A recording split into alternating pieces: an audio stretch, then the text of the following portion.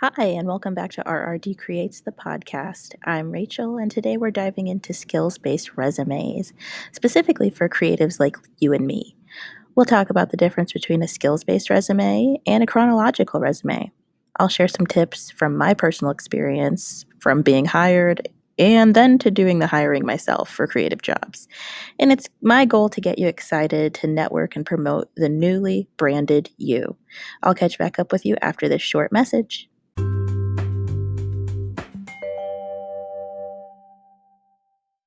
Hi, everyone, and welcome back. So, today we're talking about job hunting, the thing that all of us hate, but all of us have to do at some point or another. So, this is specifically geared towards my creative crowd because it seems like a lot of people are so ready to give advice for how to get the perfect resume to get that accounting job right out of college. And the rest of us are just kind of swimming as best we can, more of a doggy paddle at times. So, what I want to zoom in on is the idea of a skills-based resume. And you're probably thinking, well, Rachel, I don't really have many skills. You have way more than you think. And if we focus in on the skills that you do have, a job recruiter or, any of these career coaches that are trying to hire people on are more apt to zoom in on what the skills that you do have versus the jobs that you've had. And I don't know about you, but that is such a benefit because I know the jobs on my resume don't necessarily correlate to the skills that I have. So let's just start there. So a skills-based resume, how is that different than the one that you learned about in your professional seminar class or your career class back in high school? The standard resume that we're all taught right out the gate is black and white, 8.5 by 11 here in the US, A4 if you're in Britain. And all it is just time-based. You have your education at the top. You've got your name, your email address, your phone number.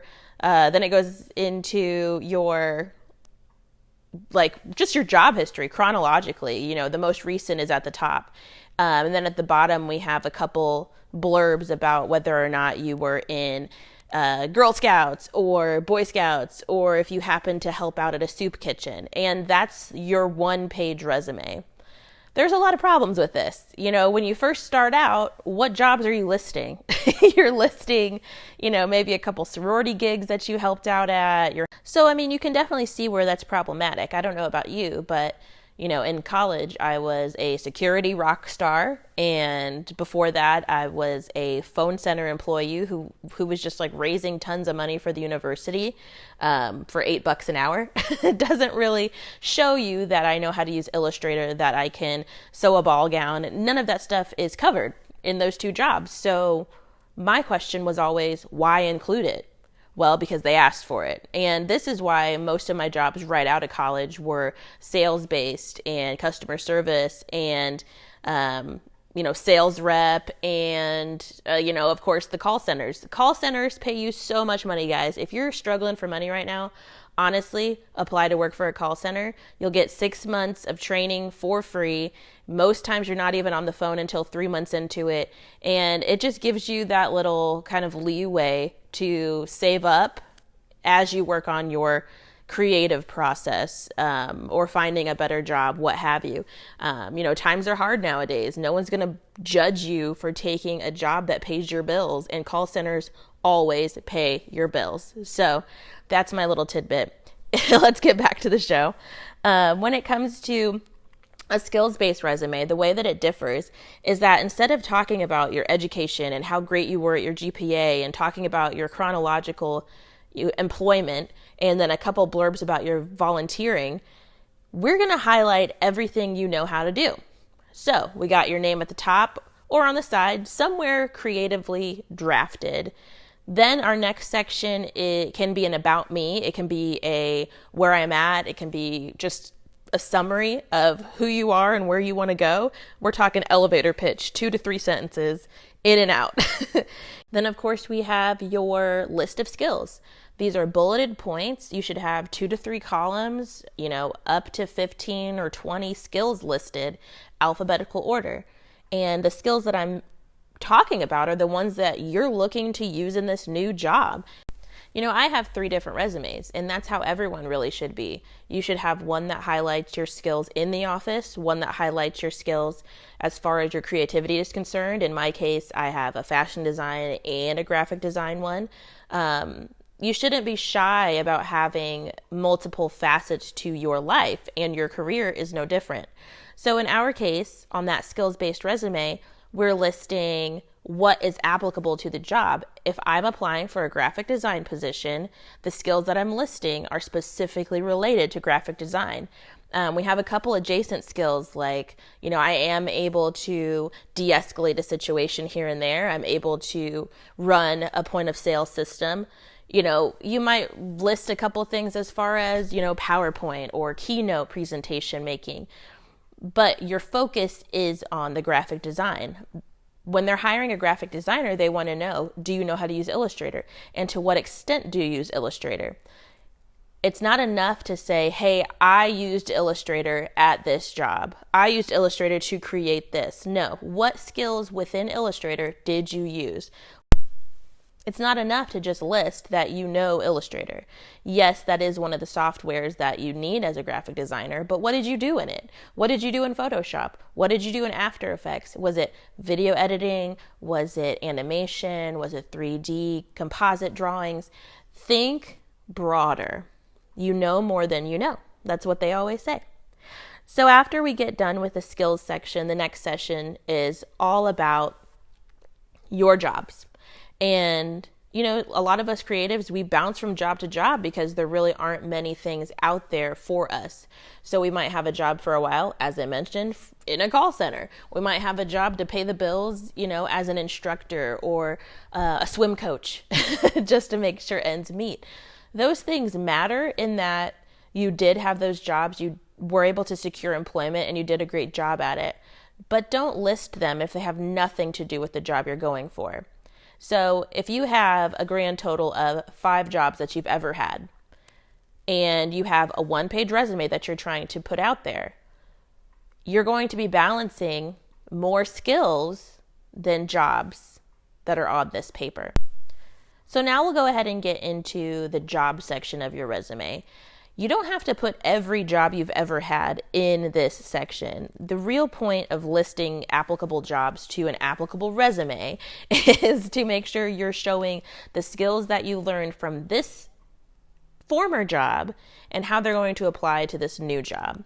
So if you worked somewhere over the summer as a soup kitchen volunteer, which technically counts, you can list that, but what did you do there that will help you as a front desk receptionist? Well, I'm sure there was a little bit of organization. I'm sure there was a little bit of teamwork involved.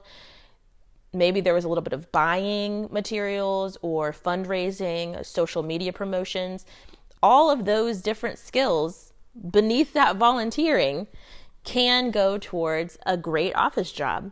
So just kind of think broadly when it comes to those kind of things, because when you're explaining what you did at a company, this is what a recruiter is kind of zooming in on. They're zooming in on what you did there. It's not enough to say that you worked somewhere, but what did you do?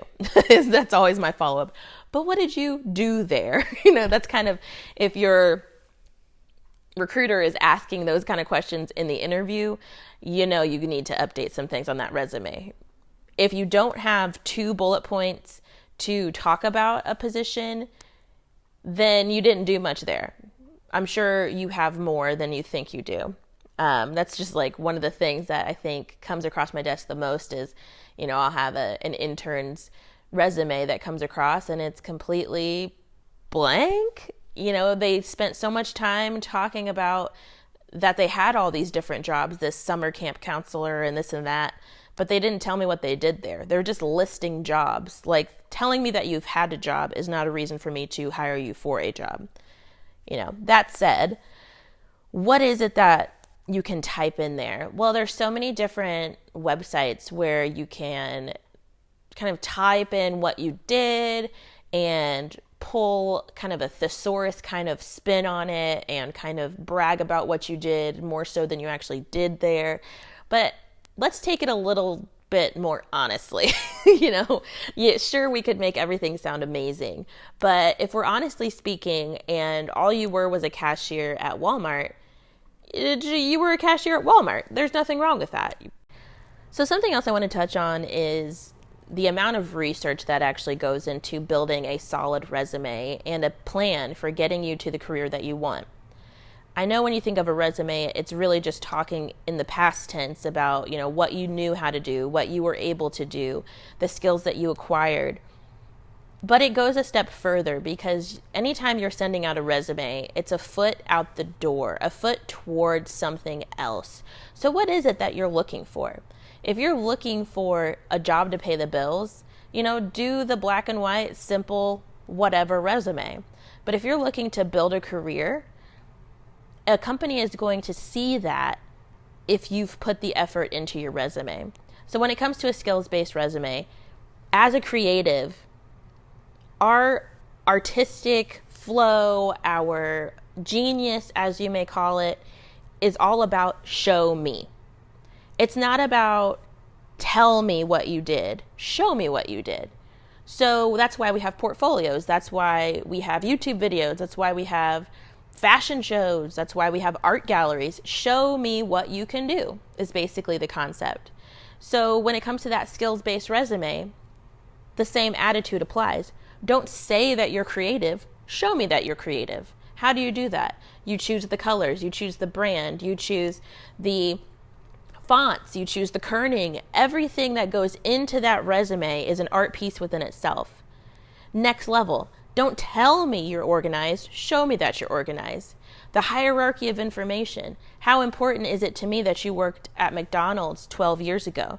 Not very important. So if it has to be on the resume, it'd be at the bottom of the resume, right? How important is it that I know your name? I know that you're interested in pursuing animation and a little bit of CSS and HTML5. That should be at the top of your resume if it's your goal to meet those new skills. So that in mind, don't tell me that you're organized. Show me that you're organized. Show me that you are put together enough to know where you are, where you want to be, and this resume is your key to get there. And finally, don't tell me you're an expert at layout and typography and color theory if you can't show me. So how do you show me that? You show me that in your personal branding. You should have letterhead, business cards, a suit that matches the color of your brand. You should have pens that match the color of your brand. And lastly, you should have a resume that shows the color of your brand. You are a brand. You are on sale, so to speak. You are the person. You're the celebrity of your own life. You're the person who is promoting these things. Why should I care about another black and white resume when in fact you've taken the time and the energy to build this lifestyle, this brand around who you are, who you plan to be, and just where you're going in general? Are you going to hop on the bus, or are you going to go off in the Tesla?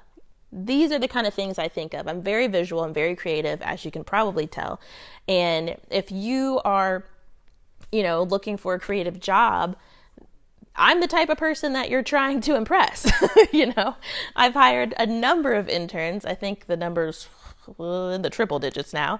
And every time someone comes across my desk that has a black and white resume, I talk to them, I coach them, I try my best to kind of get it to the next level.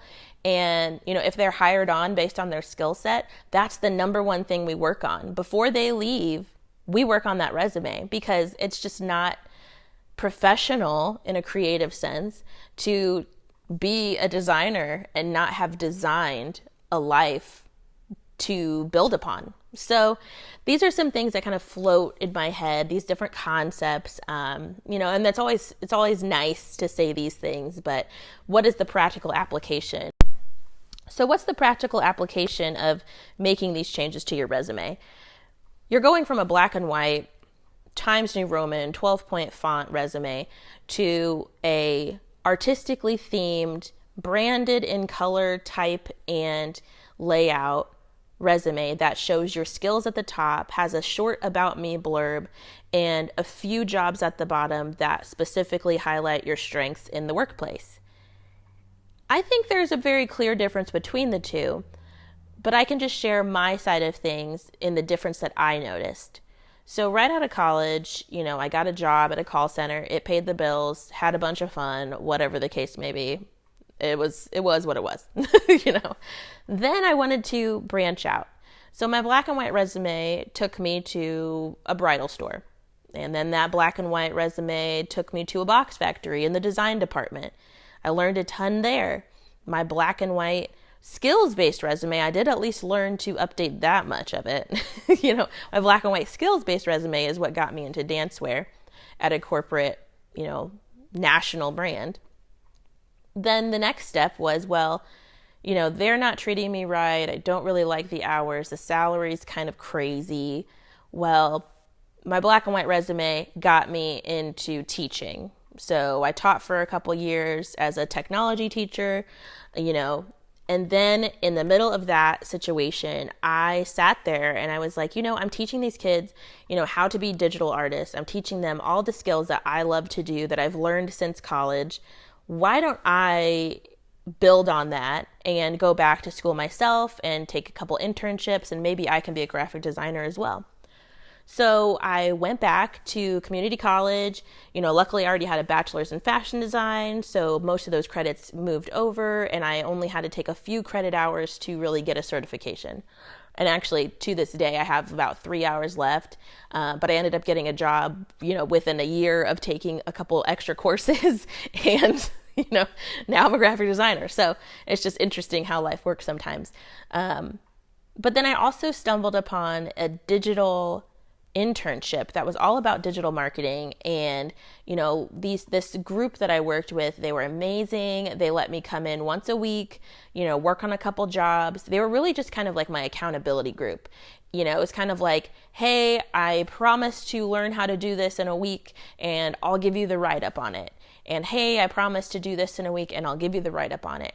And they actually gave me the opportunity to work on my own business, which I already had. I was, sewing all the while on the side.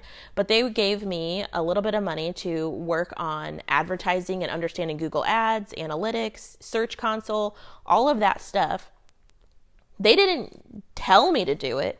I wanted to learn how to do it. They told me how to get the certifications. They gave me a couple bucks to run a couple ads and understand how the process worked.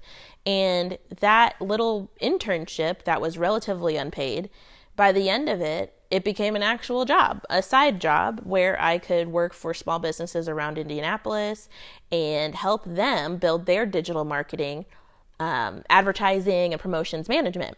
So, that was such a cool thing to me, because if you just look at my resume, if I used the job-based black and white 12-point font resume, no one would ever hire me. Like, honestly, Indianapolis has no fashion industry. There's no interest, period. So in having that kind of aha moment that, wait a minute, if I could show people that I know how to do things before they have to go through like the rigmarole of reading my 35 different jobs in 12 years, whatever kind of thing, I'm going to be more likely to get more positions. So within that little digital marketing job, they also had a lot of connections, networking events, and I met a man who helped me build my resume and learned how to storytell, like connecting the dots for people. Like, if I shake your hand now, I have a completely different answer as to what do I do. Back then, I could not tell you. It would always be this weird kind of argument out loud. It would be like, hi, I'm Rachel. I have a degree in fashion, but I've actually worked a lot of years in sales and marketing, and I'm, very competent in phone sales, but I'm also really good at security, and I have a bartending license. Did I mention that? Like, that would be my, introduction to people, and, what the heck is she talking about, Now, if you shake my hand, I've got a, quick 3-minute monologue if I really need it. Worst case scenario, hi, I'm Rachel. I'm a business owner. I own RRD Creates LLC, and I specialize in digital marketing guidance for others and on my free time, I make ball gowns, So it changes with who I'm talking to, which is exactly how all resumes and all conversations should go. So that's kind of a little bit more about me. So here's a bonus tip if you're actually looking to step into a new career. So let's say you're just starting out or you're looking to start out in a new direction. So what do you do to get the career that you want? The number one thing to do is research. So if you're really researching, a career path or something like that, you need to know what you're getting into. If you want to be the creative director of Vogue, you need to go find the creative director at Vogue, look up their biography, look up their history, look up their skills, their jobs, their former positions, all on LinkedIn, and find out how you can mimic those steps. If you notice that the creative director of a local magazine went to a 4-year college, took a couple more courses post-grad, and regularly goes to the Adobe Max event, and they have 10 years of experience at various ad agencies in Chicago and New York, but moved back home. These are the little tips that you have to emulate. So in the case of a 4-year degree program for graphic designers nowadays, that's largely not required because many graphic designers make most of their money freelancing or online. Unless you want to work in an office to get more experience, a lot of times you really don't have to have the 4-year degree, but you do have to have a portfolio that is indicative of a 4-year degree. You need to have a portfolio that is so amazing that you get your foot in that door without having the proper credentials. Because it's not that the 4-year degree is going to teach you anything different than buying the textbooks that a 4-year degree would have provided you. It's really just showing a diligence, persistence at achieving goals. And they, in the event that you're trying to get a job, they don't want you to just be there for a couple days and it's too hard and it's stifling your creativity, so you leave. They want you to do jobs you don't want to do in the time allotted, and they want you to go home, and be happy with your job so that you come in the next day. So that's something to keep in mind. So a 4-year degree doesn't have to be the 4-year degree at an Ivy League institution. It could be 4 years that's split amongst a community college, which is, super affordable. And the last 2 years are just wrapping up that degree. There's tons of online jobs and online careers nowadays that just will take 2-year degrees. As long as you have the portfolio, many times you can really just get the job. But you're not going to get the job if you have that regular resume. You're going to get the job if you have the skills listed at the top, a properly designed resume template, a amazing cover letter, and 20 to 50 pages of a portfolio that's just going to blow people out of the water. So all of that takes time, all of that takes energy, and all of that takes effort. So the easiest thing you can look up online is other people's portfolios. In some cases, if you're trying to be a branding expert with graphic design, you can make up fake businesses, find a real business and redesign their website. That's a great way to start. Thank you so much for listening in today. I hope this fireside chat has helped you get your creative resume juices flowing. When it comes to your skills-based resume, remember to keep my tips in mind. Keep it relative to the job you're looking for, brand yourself and your resume, and be specific and honest in the descriptions of your skills and jobs past. Catch you next time.